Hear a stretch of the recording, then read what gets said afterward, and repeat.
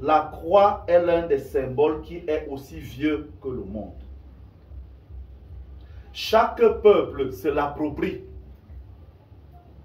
Chaque peuple se l'approprie. Avant Jésus, il y avait la croix. Après Jésus, il y a encore la croix jusqu'à aujourd'hui. Et c'est pas mal en combien de millénaires, il y aura encore. La fête, quand vous faites célébrer aujourd'hui, qu'on parle de croix là, c'est parce que la mère de Constantin, qui s'appelait Hélène, au IVe siècle, a cherché la vraie croix à Jérusalem. L'ayant trouvé, elle cherchait le tombeau. Ayant trouvé une partie de la croix, on a construit une basilique dessus, basilique du Saint-Sépulcre. C'est l'anniversaire de ça, qui est le 14 septembre. Voilà l'histoire que vous fêtez aujourd'hui. Maintenant, on nous raconte toute autre chose sur la terre. Voilà. Ça, c'est l'histoire de la fête qu'on a aujourd'hui. Donc, la mère de quelqu'un fait sa chose. Nous, on fait ça pendant des siècles. Vous, les mères, là, allez aussi faire, non? Pourquoi on fait aussi pour vous tout le temps? Sans oublier, je dois vous dire qui est Constantin. Non, peut-être vous ne savez pas. Constantin était l'un des rois de l'Empire romain à l'époque. N'est-ce pas? À l'époque, on se tuait pour avoir le pouvoir. Donc, il a tué pour arriver au pouvoir. Et il combattait avec les autres rois de l'époque. L'une des choses qu'il a faites, c'est que, c'est lui qui a fait ça, c'est que Hitler a copié à l'époque et d'autres ont copié aussi. Il a invité ses autres frères, les rois voisins, que bon, les gars, faisons la paix. On ne va pas se tuer tout le temps, tout ça on a besoin de grandir. Sauf qu'il les a piégés. Quand ils sont arrivés, étant tout dans la salle, il a servi à manger. Il dit, excusez-moi, je n'ai pas fait un tour dehors pour pisser. Dès qu'il est sorti, on a fermé la porte, on a mis le feu. Pour savoir à l'intérieur. Constantin l'a fait. Il a donc pris le pouvoir dans tout l'Empire romain qui est arrivé jusqu'à l'Égypte à l'époque, jusqu'au Maghreb à l'époque. Maintenant, pour unifier son royaume, c'était d'abord trop grand. C'était compliqué de gérer tout à la fois. Il s'est rendu compte que dans son armée, il y avait une foi qui parlait beaucoup. On invoquait un Dieu dont on disait Yahweh Sabaoth, le Dieu des armées. C'est-à-dire, quel que soit l'endroit où je pars, on parle toujours de ce même Tara. Là, on a commencé à négocier avec tous ceux qui parlaient de ça, que bon, est-ce qu'on peut faire une alliance? Toutes les religions l'ont chassé, que toi, tu es un gars qui verse le sang. Notre Dieu n'aime pas le sang. Il y a donc uniquement un petit nombre, les plus petits et les plus faibles, sont allés négocier avec la mère de Constantin. Que non, nous, on peut accepter ce qu'il fait là. Il faut seulement qu'il nous élève, qu'on s'entende, voilà, voilà. Est-ce que la mère est venue dire à son enfant que, oh, tu es puissant là. Vu que tu cherches les gens là, voici les gens qui vont t'aider à unifier ton royaume. Maman Fouma le camp, il dit, ouais, écoute d'abord les gens ici. Quand il écoute un peu leurs histoires, un gars qui serait mort, une histoire bizarre, sans qu'il ni tête, il dit, ah d'accord, les gars, on va faire l'affaire ensemble. Sauf que qu'est-ce qu'il fait?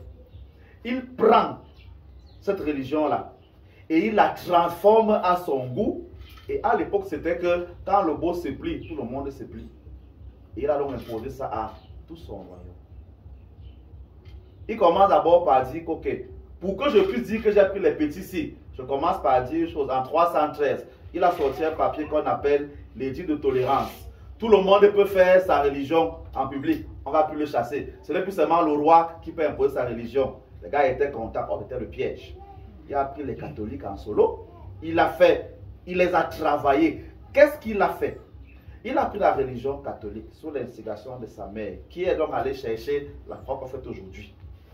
Il les a fait asseoir. Et il a fait le tout premier concile qui existe. Il a fait asseoir donc par ordre, veut ou pas, toutes les religions qui existaient à l'époque, toutes les religiosités, les gangans, les magiciens, eux tous, autour d'une même table. Vous voulez vivre chez moi? Oui.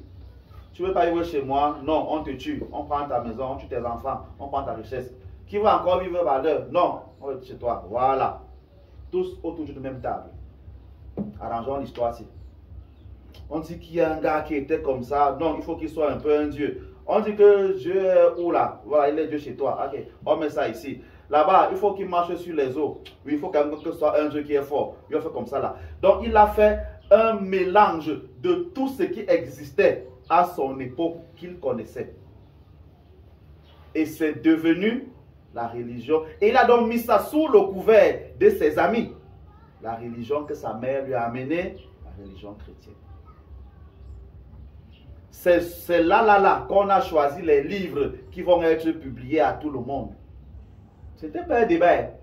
Les Juifs ont dit que non, voilà pour nous ici, oui, on garde pour vous. Les 5 premiers livres là, c'est bon. Maintenant, nous, on met pour nous. Les gens ont commencé à ajouter pour eux un peu. Non, ça, on enlevait, on choisissait. C'est devenu comme ça. Donc, c'est le christianisme tel qu'il est connu aujourd'hui est l'œuvre de Constantin. On se comprend. Tout que vous connaissez, je ne sais pas, je le fais à toutes les fêtes. Toutes les grandes choses qu'il y a chez les chrétiens, on les a copiées ailleurs. Ceci, on l'appelle le bonnet phrygien, qui existait chez Mitra. C'est pour ça qu'on l'appelle la mitre. C'est le même symbole, si comme dans toutes les églises, flèche pointue comme ça. Je vais revenir sur ça tout à l'heure. Donc on a pris chez quelqu'un.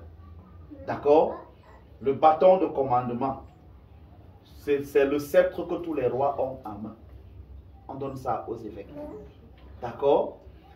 La robe que les prêtres portent, c'était l'habit des princes de l'époque. C'est-à-dire l'habit qu'on porte quand on va dans le royaume. En présence du roi, on a un habit qui est un peu comme la robe. Qui l'a aussi pris chez les Grecs. Quand vous voyez souvent dans la Bible, les tribuns qui parlent ont un long habit avec quelque chose qui pend sur la main gauche.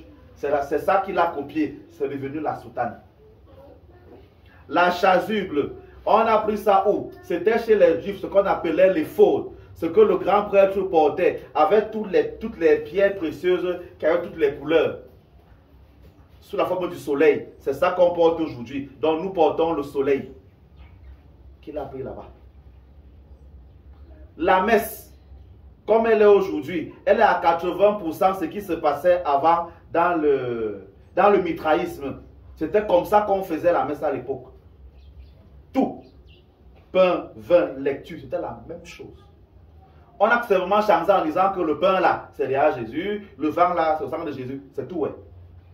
C'était comme ça. Le genre de faire la messe. La manière de construire les églises, c'était la manière de construire comment elle appelle, les colisées et comment là on appelle, là où on jugeait les gens là. Les tribunaux, voilà. C'était comme ça qu'on construisait avant. On a donc construit les églises sous la forme là. Et comme il y avait les gens égyptiens parmi, on a encore frappé un peu là-bas pour faire un peu les temples comme les Égyptiens. Point final. Pourquoi ils sont blancs? Parce que lui, il est blanc. C'est tout, hein? Donc on a pris les gens de chez nous, on a colorié en blanc. Voilà l'histoire. Dès comme je vous dis que ça s'est passé, c'est pas autre chose que ça. C'est pas autre chose que ça. Je peux vous parler de toutes les fêtes pour vous dire que la fête là vient de là-bas. La fête là vient de là-bas. La fête là vient de là-bas. Voilà ce qui s'est passé. Parmi donc les symboles qu'il a donc pris, le plus puissant était donc la croix. On vous dit que la croix c'est donc un signe de souffrance. Et sur ce signe de souffrance là, on a mis Jésus qui a versé son sang, qui a fait ceci. C'est faux. On a mis Jésus sur la croix pour qu'on puisse approprier la croix chez les chrétiens. Une chose qu'on apprend à tous les chrétiens, et je vois encore les gens le faire encore maintenant jusqu'à aujourd'hui, dès qu'on part devant la basilique ou bien devant une grande église, on fait le signe de croix, n'est-ce pas? Sachez que, voici donc ce que je vous dis aujourd'hui, ça c'était l'histoire. La croix est une clé. La croix est une clé. La clé dont ouvre ce qu'on veut. La clé ouvre ce qu'on veut. Il y a une manière de faire le signe de croix qui est une purification. Ceux qui ont la connaissance peut-être maintenant, tapez le rituel du bannissement du petit pentagramme. Vous allez voir que quand on le trace, on fait un signe comme ceci. Tac, et on referme. Le A majuscule. Et après, on ferme le cercle et on met le doigt comme ça au milieu pour charger le cercle qu'on a fait. C'est un rituel de protection et de purification. L'exorciste doit le faire 365 fois pour avoir la force qu'il faut. Donc, il doit le faire pendant 1 an chaque jour. Je l'ai fait. C'est comme ça qu'on se forme. tous on passe par là. L'invocation de Salomon, que je vous fais lire pendant le mois de septembre aussi, on appelle les 9 cœurs des anges. Pourquoi c'est 9? Parce que c'est 3. La première triade en haut, deuxième triade au milieu, troisième triade en bas. Il y a des mouvements qu'on fait quand on les appelle. On pose le pied gauche devant, on parle, après on tend la main, après on fait des signes. Tous ces signes-là, ce sont des signes de croix. Ce sont des protections. Amusez-vous à taper ça sur Google. Vous tapez l'invocation de Salomon, vous allez voir comment des initiés font ces signes pendant qu'ils parlent. Ça veut dire quelque chose. La croix n'est donc pas le début ou la fin d'une prière. Non. La croix est une clé. La croix est un rituel à lui seul. C'est important. Quand le signe là est bien placé, il appelle les forces d'en haut. Lorsqu'il est placé à l'envers, il appelle les forces d'en bas. Le A majuscule que j'ai dessiné là, quand vous le renversez, la tête en bas avec 2 cornes, ça appelle les forces d'en bas. Tous les films mystiques que vous voyez, ce signe-là est dedans. Le jour où j'ai commencé à faire ces connaissances-là, je me suis rappelé d'une série que mes enfants adoraient beaucoup. On appelle l'épée de vérité là, ça s'appelle en comment? Oui, Chassifer, ça notre nom. The Legend of the Seeker. Lorsque Darkenral veut appeler ses esprits et voyager lui-même, il pique les épées au sol. Et quand on montre ça au-dessus, c'est le A majuscule avec le cercle là. Et pour couper ça, il faut qu'on enlève une épée pour couper le signe de communication là. Donc, on ne dit pas que le signe de croix c'est le moyen d'appel. Non, c'est la clé qui ouvre la porte qu'on veut ouvrir. C'est pour ça que j'aime souvent dire que ce qui se passe en Simalène là-bas n'est pas la Vierge Marie. Parce que le signe du A majuscule dont je viens de parler ici, on le fait d'une certaine manière et on fait apparaître l'esprit qu'on veut. La croix est une clé. Comprenez-le. On fait l'hexagramme dans le pentagramme. Les exorcistes connaissent de quoi je parle. Et on met les bougies, on lit certaines paroles. Tu n'as même pas encore fini. L'esprit que tu veux apparaît. Et tu lui donnes l'ordre que tu veux. Tu payes ce qu'il veut. C'est ça qu'on appelle la croix. Première chose. Deuxième chose, la croix c'est le moyen d'unifier les 4 éléments et celui qui parle. Avec le sang de celui qui parle. C'est pour ça qu'on dit que Jésus a été blessé à 5 endroits. Il a 5 plaies. Nous avons 5 sens. On a 5 doigts. Ce n'est pas un hasard. Non, pas du tout. Ce n'est pas un hasard. Parce que la croix, c'est un homme qui a les pieds ouverts, écartés et qui est comme ça. Rien n'est fait au hasard. Non. C'est pour ça que quand on fait le signe de croix, on touche les chakras principaux. Le coronal, on touche le... Bon, on ne peut pas arriver jusqu'au sexe, mais c'est là qu'on doit arriver. Le chakra de base, on remonte aux 2 épaules et on va fermer au plexus solaire. Ce n'est pas le hasard. Non, pas du tout. Ce qu'on doit dire quand on prononce le signe de croix, c'est la fin de notre Père. À toi, Seigneur, le règne, la puissance et la gloire que j'ai déjà en main dans les siècles des siècles. C'est les 4 éléments.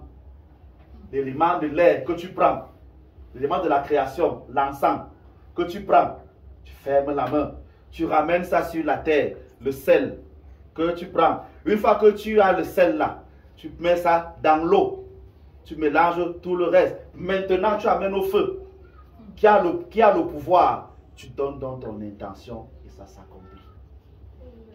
C'est ça le signe de croix. Ce n'est pas la salutation que je suis devant une basilique. Je passe.